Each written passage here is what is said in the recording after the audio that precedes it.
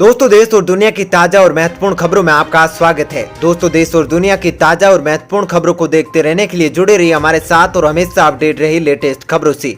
आज की मुख्य और ताजा खबरों के मुताबिक इस राज्य की सरकार ने बेरोजगार युवाओं के लिए निकाली बम्पर भर्ती। राष्ट्रीय स्वास्थ्य मिशन के तहत 6000 पदों पर होनी है भर्ती।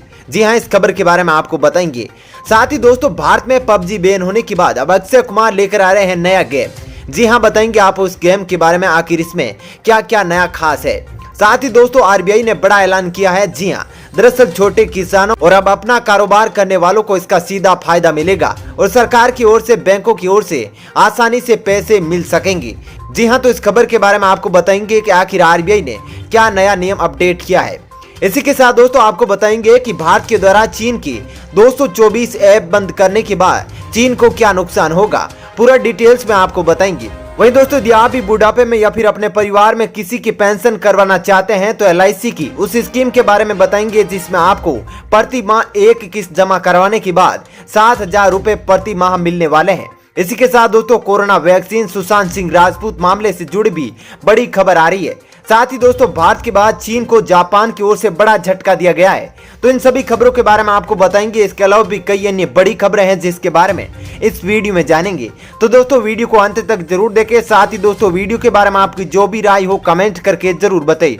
साथ ही दोस्तों, हमारे जाबाज कोरोना वीरों के लिए दिल से कमेंट में जय हिंद वंदे मातरम जरूर लिखे। तो चलिए दोस्तों, बिना देरी के फटाफट से जानते हैं आज की सभी बड़ी खबरों को। पहली खबर, इस राज्य की सरकार ने बेरोजगार युवाओं के लिए निकाली बम्पर भर्ती। राष्ट्रीय स्वास्थ्य मिशन के तहत 6000 पदों पर होगी भर्ती। जी दोस्तों, राजस्थान में सरकारी नौकरी की तैयारी करे युवाओं के लिए खुशखबरी है। राज्य में 6000 से अधिक पदों पर नौकरी पाने का अच्छा मौका है। राष्ट्रीय स्वास्थ्य मिशन राजस्थान ने स्वास्थ्य और कल्याण केंद्रों में सामुदायिक स्वास्थ्य अधिकारी के पद पर भर्ती के लिए एक अधिसूचना जारी की है।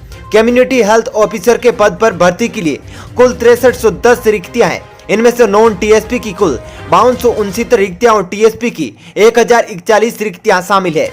राजस्थान में एनएचएम सीएचओ भर्ती 2020 ऑनलाइन आवेदन 2 सितंबर 2020 से शुरू हो गए हैं। वहीं उम्मीदवार 16 सितंबर 2020 को या उससे पहले आवेदन कर सकते हैं। आवेदन के लिए www.sso.rajasthan.gov.in वेबसाइट पर विजिट कर सकते हैं। चलिए दोस्तों, जानते हैं अगली खबर। भारत चीन के रक्षा मंत्रियों की बैठक के बीच बड़ी खबर, चीनी सैनिकों ने किया 5 भारतीयों का अपहरण। जी दोस्तों, भारत और चीन के बीच सीमा पर तनाव जारी है और सैन्य तथा राजनीतिक स्तर पर उसे सुलझाने के लिए बैठकों का दौर लगातार चल रहा है। इस बीच अरुणाचल प्रदेश से कांग्रेस विधायक निनोंग एरिंग ने शनिवार को एक ट्वीट करके दावा किया है कि अरुणाचल प्रदेश के अपर सोनबरी जिले के नाचो से 5 जिलों का कथित तौर पर चीन की पीपुल्स लिबरेशन आर्मी द्वारा अपहरण कर लिया गया है। उन्होंने यह भी लिखा कि कुछ महीने पहले ही इस तरह की घटना हुई थी। उन्होंने अपने ट्वीट में पीएमओ को ट्रैक कर कार्रवाई की मांग की है। निनोंग एरिंग ने बताया कि प्रदेश के ऊपरी सुबनसिरी जिले के नाचो गांव में 5 लोगों का कथित तौर पर चीनी सैनिकों ने अपहरण कर लिया था। चलिए दोस्तों, अब जानते हैं अगली खबर।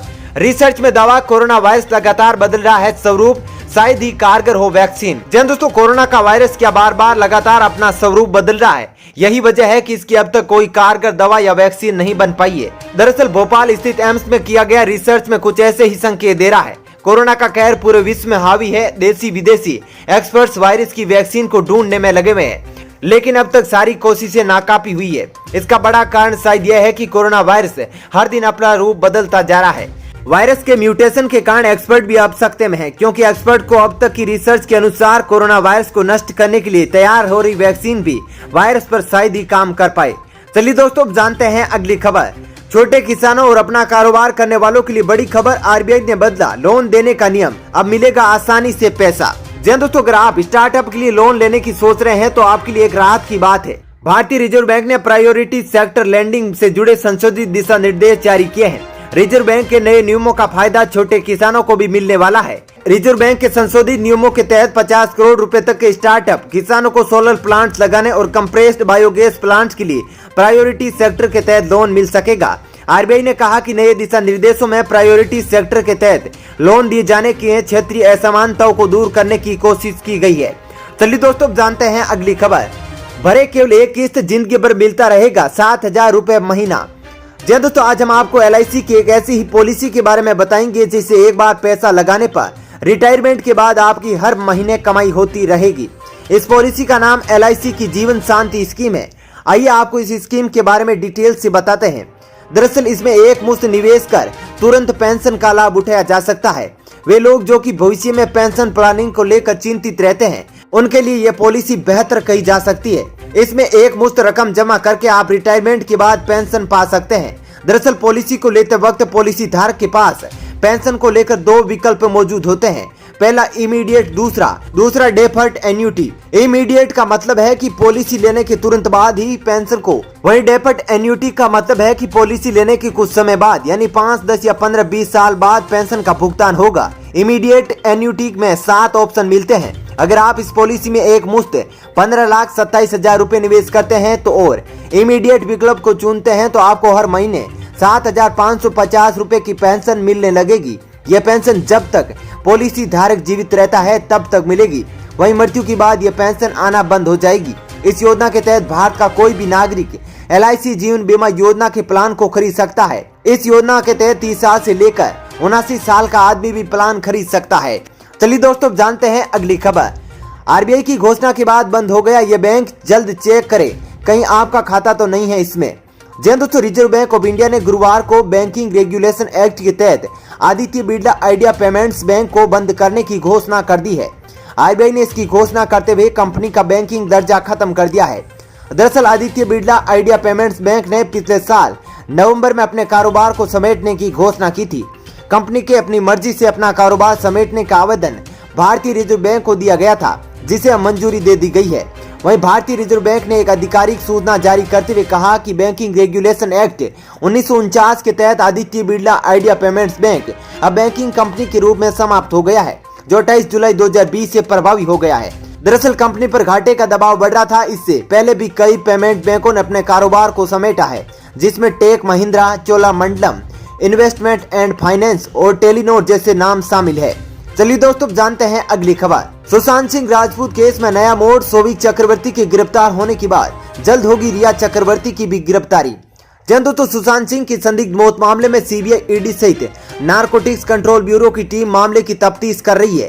केंद्रीय जांच एजेंसी नारकोटिक्स कंट्रोल ब्यूरो ने सुशांत सिंह राजपूत की संदिग्ध मौत से जुड़े मामले एक बड़ी कार्रवाई को अंजाम देते हुए रिया चक्रवर्ती के भाई शोविक चक्रवर्ती को गिरफ्तार कर लिया था। मामले में जिस तरह से नारकोटिक्स यानी नशे का पदार्थों का सेवन करना और सेवन करवाने में रिया चक्रवर्ती के भाई शोविक चक्रवर्ती और सुशांत का हाउस मैनेजर सैमुअल मिरांडा की भूमिका सामने आ रही है, उसके आधार पर जल्दी रिया चक्रवर्ती की गिरफ्तारी संभव है। इस मामले में अब तक कुल 5 आरोपियों को गिरफ्तार किया जा चुका है। वहीं शुक्रवार रात को कई घंटों तक हुई पूछताछ के बाद आखिरकार शोविक चक्रवर्ती और सैमुअल मिरांडा को गिरफ्तार कर लिया गया। चलिए दोस्तों, जानते हैं अगली खबर। चीन को जापान से बड़ा झटका, अब चीन छोड़ने वाली कंपनियों को पुरस्कृत करेगा जापान। दोस्तों, भारत से दुश्मनी मोल लेना चीन को काफी महंगा पड़ रहा है। हर दिन उसे कोई न कोई झटका लग रहा है। थाईलैंड के बाद अब जापान से उसके लिए बुरी खबर आ रही है। जापानी सरकार ने ड्रैगन को आर्थिक चोट पहुंचाने के लिए बड़ा कदम उठाया है। जापान की तरफ से कहा गया है कि वह उन जापानी कंपनियों को सब्सिडी प्रदान करेगा जो चीन के बजाय आसियान देशों में अपना सामान तैयार करेगी। देशों की सूची में भारत और बांग्लादेश का नाम भी शामिल किया गया है। सीधे शब्दों में कहे तो चीन छोड़कर भारत आने वाली कंपनियों को जापानी सरकार पुरस्कृत करेगी। चलिए दोस्तों, जानते हैं अगली खबर। रूस बोला दुनिया भर में कोरोना की वैक्सीन का करीब 60% उत्पादन भारत में। दोस्तों, रूस ने भारत में कोरोना वायरस की वैक्सीन के उत्पादन को लेकर शुक्रवार को बड़ा बयान दिया है। रशियन डायरेक्टर इन्वेस्टमेंट फंड के CEO किरिल दमित्रेव ने कहा कि दुनिया भर में कोरोना की वैक्सीन का करीब 60% उत्पादन भारत में होता है और कोरोना वैक्सीन बनाने में हम भारत की मदद करेंगे। उन्होंने कहा कि कोरोना की स्पुतनिक V वैक्सीन के लोकलाइजेशन के लिए संबंधित मंत्रालयों, भारत सरकार और बड़े निर्माताओं के बीच चर्चा जारी है। बता दें कि रूस ने पिछले महीने ही वैक्सीन बना लेने का दावा किया है, लेकिन दुनिया के कई विशेषज्ञों ने अभी वैक्सीन के और परीक्षण की जरूरत बताई है। किरिल दमित्रेव ने कहा कि भारत की क्षमता को हम पहचानते हैं। भारत ने केवल अपने देश के लिए बल्कि दूसरे देशों के लिए भी वैक्सीन बनाने की क्षमता रखता है। चलिए दोस्तों, जानते हैं अगली खबर। PUBG को टक्कर देने के लिए आ गया नया गेम, अक्षय कुमार ने लॉन्च किया। तो भारत में बच्चों के लोकप्रिय गेम PUBG को बैन कर दिया गया है। इस चीनी खेल को लेकर बच्चों में जबरदस्त क्रेज था और अब इसका तोड़ लेकर अक्षय कुमार आए हैं। अक्षय कुमार ने अपने ट्विटर अकाउंट पर पबजी की टक्कर में फौजी को पेश किया है। इस गेम की खास बात यह है कि गेम में होने वाली कमाई का एक हिस्सा भारत के वीर ट्रस्ट को दिया जाएगा। इस ट्रस्ट को गृह मंत्रालय ने गठित किया है। मनोरंजन के अलावा प्लेयर्स इसके जरिए सैनिकों के बलिदान के बारे में भी जान सकेंगे। इस गेम में होने वाली कमाई का 20% भारत के वीर ट्रस्ट को डोनेट किया जाएगा। चलिए दोस्तों जानते हैं अगली खबर। चीन के 224 ऐप बैन होने के बाद चीन को लगेगा बड़ा झटका, होगा इतना नुकसान। जन दोस्तों डाटा सिक्योरिटी की बढ़ती चिंताओं और 130 करोड़ भारतीयों की निजता को सुरक्षित करने के लिए अब तक भारत सरकार TikTok, PUBG, UC browser, WeChat और शेयर इट सहित 224 चीनी ऐप को बैन कर चुकी है। बताया जा रहा है कि ये चाइनीज ऐप भारतीय यूजर से लगभग $200 मिलियन यानी 1,46,600 करोड़ रुपए का सालाना आय करते थे। अकेले पबजी के बंद होने से चीनी कंपनी को लगभग $100 मिलियन की चपत लगेगी। वहीं काउंटर पॉइंट रिसर्च के सीनियर एनालिस्ट पावेल नाइया ने कहते हैं कि सिलसिलेवार तरीके से भारत सरकार ने 3 बार में चाइनीज ऐप बंद किए हैं। इन ऐप्स के जरिए चीनी कंपनियां सीधे तौर पर भारतीय यूजर से लगभग $200 मिलियन की सालाना कमाई करती थी। दोस्तों फिलहाल इस वीडियो में इतना ही। ऐसी ही खबरें देखते रहने के लिए आप हमारे चैनल को सब्सक्राइब कीजिएगा।